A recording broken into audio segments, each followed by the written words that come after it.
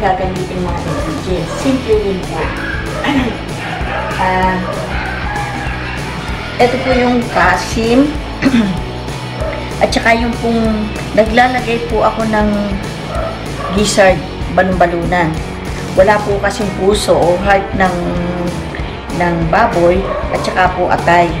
Tsaka ito pong suka, green fish, tsaka garbanzos, onion, garlic, tsaka red bell pepper, ground black pepper, and bay leaf, yung laurel, toyo, at saka patis.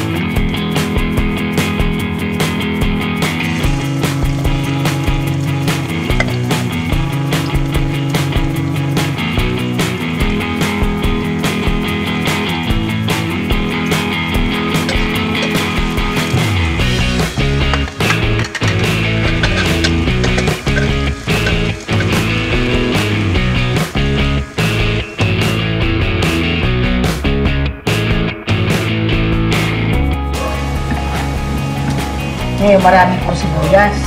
Kasi yan po ang isa sa mga nagbibigay ng lasa. Yan.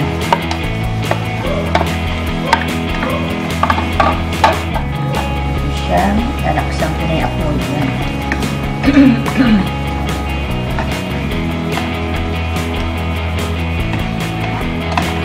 Ito po, akin pong ilalagay yung kalahati ng bell pepper. Kasi ito po nagtatanggal din ng lasa at saka nagbibigay ng bango at sarap ng ating higado. Yan, lagyan lang po natin muna siya.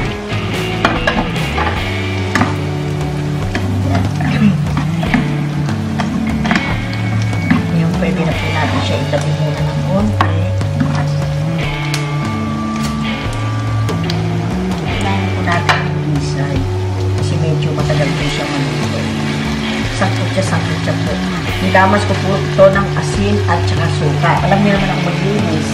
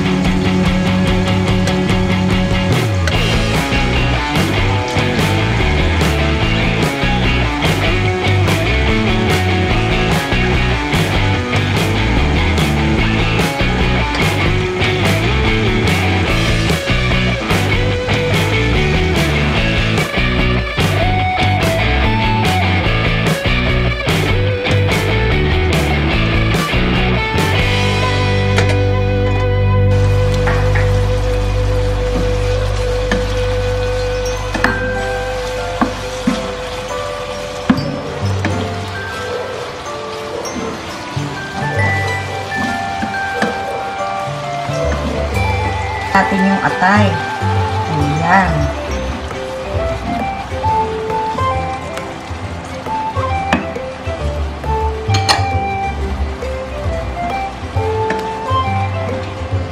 Pwede na natin siya i-mix. Ayan.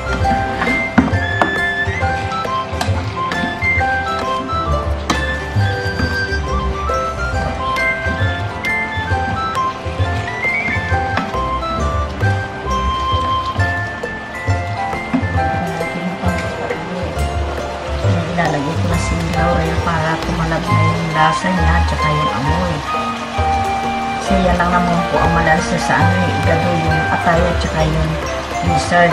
So kung may heart po kayo ng pig heart, ganun din po yun. Substitute po ito ng pig heart. Ayan, yung gizzard. Then mas gusto ko po malasa, sarap. Depende po sa inyo yun, kung type niyo yung may gizzard. Yan lang naman po ang version ko na nakuha ko doon sa kaibigan ko. Kasi halos lahat po na igado na natikman ko, meron igado dyan na may mga carrots, okay naman po siya. Dating talaga kilawin o minudo, kaya lang may asim. Mas gusto ko po itong style na ganito, pero nasa sa inyo po yun. Marami po kayong pagpipilian.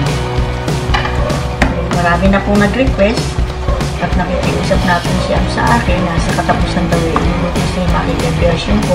Sa kutsa lang. Puro sa kutsa. Inuha ko nga yung mga taba niya pinunas ko. Yan. Pwede natin isama yan kasi nagbibigay ko na din naman yan. Kasi ganun po yung nakita ko kay Amanda.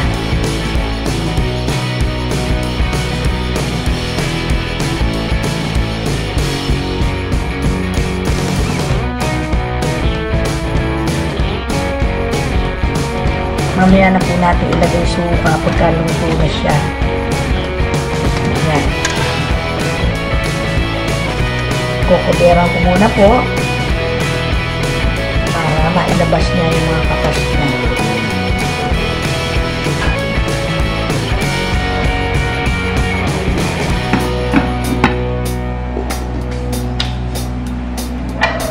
Ito po, atin po siyang chichikin at nakaka-10 minutes na. Ay, ang bango. Wala kang suka. Lalagyan na po natin yung suka. Para tumalab na talab na siya sa kanyang tumulog-tulog pa mo siya. Sarili ang nilagay at wala po tayo sinabaw. Kaya tama-tama lagyan natin siyang suka. Ma-absorb na naman niya yung lasa ng suka.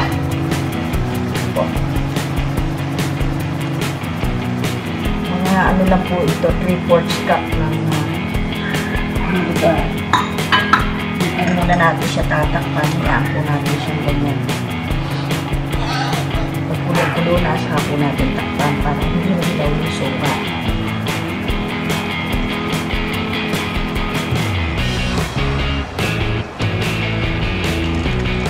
Po yung mga taba na tiniglas natin, kinuha ko yung mantika, nilagay sa isang baso.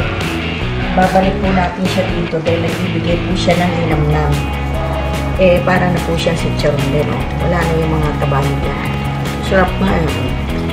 Lagay po natin isa po isang bigay ng linamnam.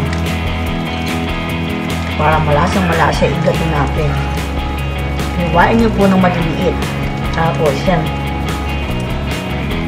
Ang sarap. Kaya aminin po natin sa totoo lang, diba, ang baboy masarap na taba. Kaya binawasan naman po natin yung mga mantika niya. Lalo po masarap yan. Ang sarap. Kumain ko na agad yung chicharon.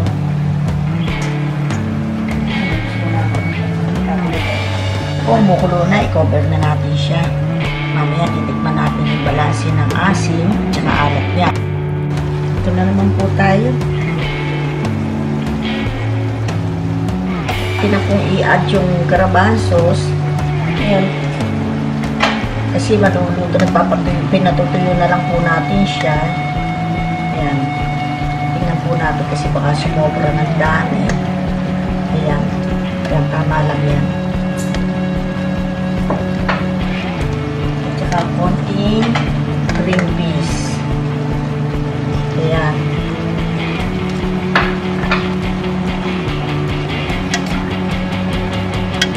Lalagay ko sa bitsado yung iba. Ayan siya. Patutunin lang po natin ng konti. Sisilpen siya na natin yan. Wala na si Batman. Ang maintrigang Batman. Okay.